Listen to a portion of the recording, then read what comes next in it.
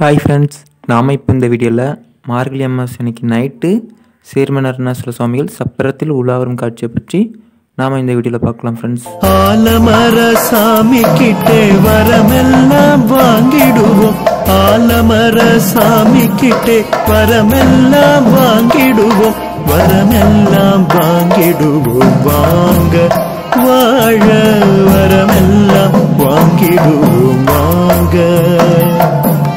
தும்பைப்பூ மனசு கொண்டு துளசி மனம் கொண்டு நீராடி நீராடி நிலக்காப்பு பூசி பூசி நீராடி நீராடி நிலக்காப்பு பூசி பூசி நோய் நொடி நீங்கிடுவோம்.